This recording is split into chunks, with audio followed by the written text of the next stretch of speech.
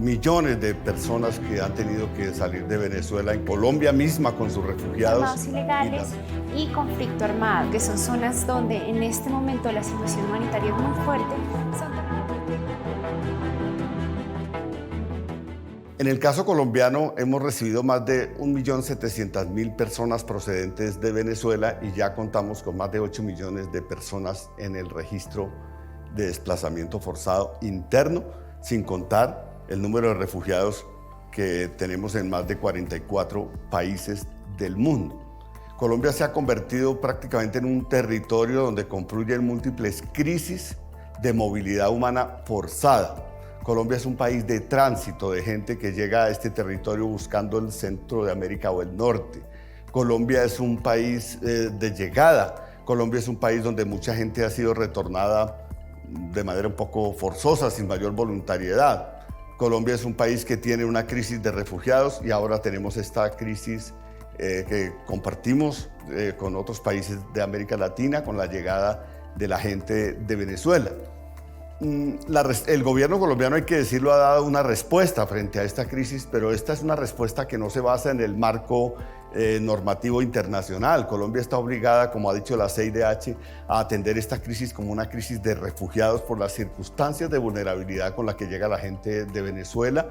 Sin embargo, el gobierno ha adoptado medidas más pragmáticas de corto plazo, permisos de permanencia y este tipo de medidas que a algunas personas les sirve, pero a las que vienen con gran vulnerabilidad no les ayuda y que lo que hace es postergar un poco la crisis y que se convierte al final del día en autorizaciones recurrentes o en una situación que mantiene la vulnerabilidad de la gente.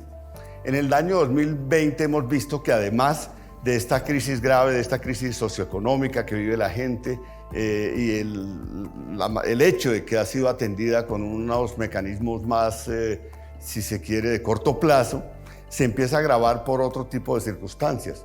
Empiezan a aparecer desplazados forzados internos entre la gente de Venezuela, más de 2.000 casos de violencia sexual, más de 700 asesinatos, muchos casos de personas dadas por desaparecidas cuyo paradero no se conoce. Entonces estamos viendo amenazas, ese tipo de agresiones propias del conflicto armado colombiano, porque la gente de Venezuela sale de una crisis pero entra en otra.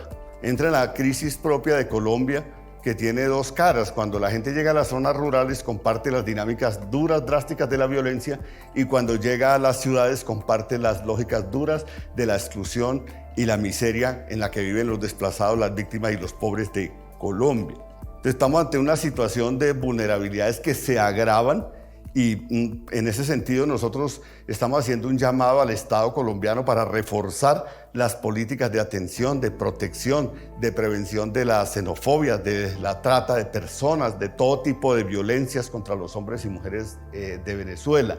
También estamos haciendo un llamado de solidaridad a la sociedad colombiana, porque la gente de Venezuela son hermanos nuestros desde el nacimiento de nuestras naciones y nuestros estados. Y nosotros creemos que ese tiene que ser el criterio, el de fraternidad. La situación de violaciones a derechos humanos de la población refugiada inmigrante proveniente de Venezuela en Colombia se ha presentado en territorios donde históricamente ha habido presencia de actores armados ilegales y conflicto armado.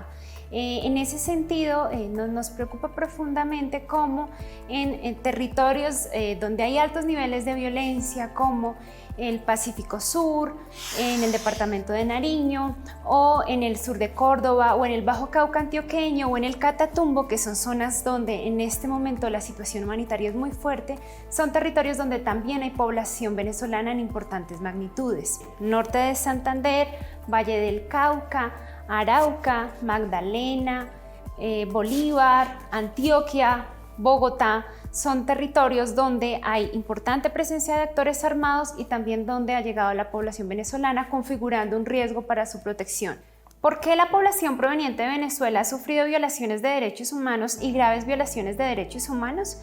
Tenemos dos tesis. Primero, porque se encuentra en extrema vulnerabilidad, es decir, no únicamente por ser venezolanos, sino por estar en condición particular de vulnerabilidad, que ha llegado a territorios de desprotección y territorios con pobreza y se encuentran ante una situación detonante como dinámicas de explotación y abuso, competencias por la escasez, xenofobia y conflictos comunitarios que son resueltos en contextos de violencia y conflicto armado.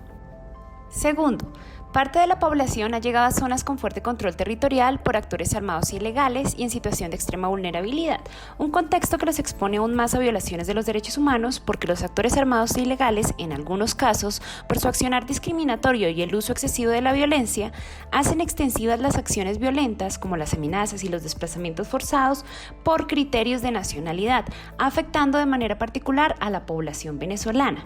Es decir, la situación de vulnerabilidad particular, donde la población refugiada y migrante desconoce las dinámicas de violencia, son percibidos como desconocidos, hay desconfianza sobre ellos y en algunos casos son estigmatizados en los territorios, es un factor de riesgo adicional en las zonas de mayor violencia y conflicto armado en el país. Cuando la población refugiada y migrante de nacionalidad venezolana ha sido víctima del conflicto armado, desafortunadamente se ha encontrado con múltiples barreras para acceder a la ruta de atención y reparación como víctimas del conflicto armado en territorio colombiano. Las siguientes barreras son: primero, la población no conoce la Ley 1448 ni conoce que tienen derechos en el marco de la Ley de Víctimas.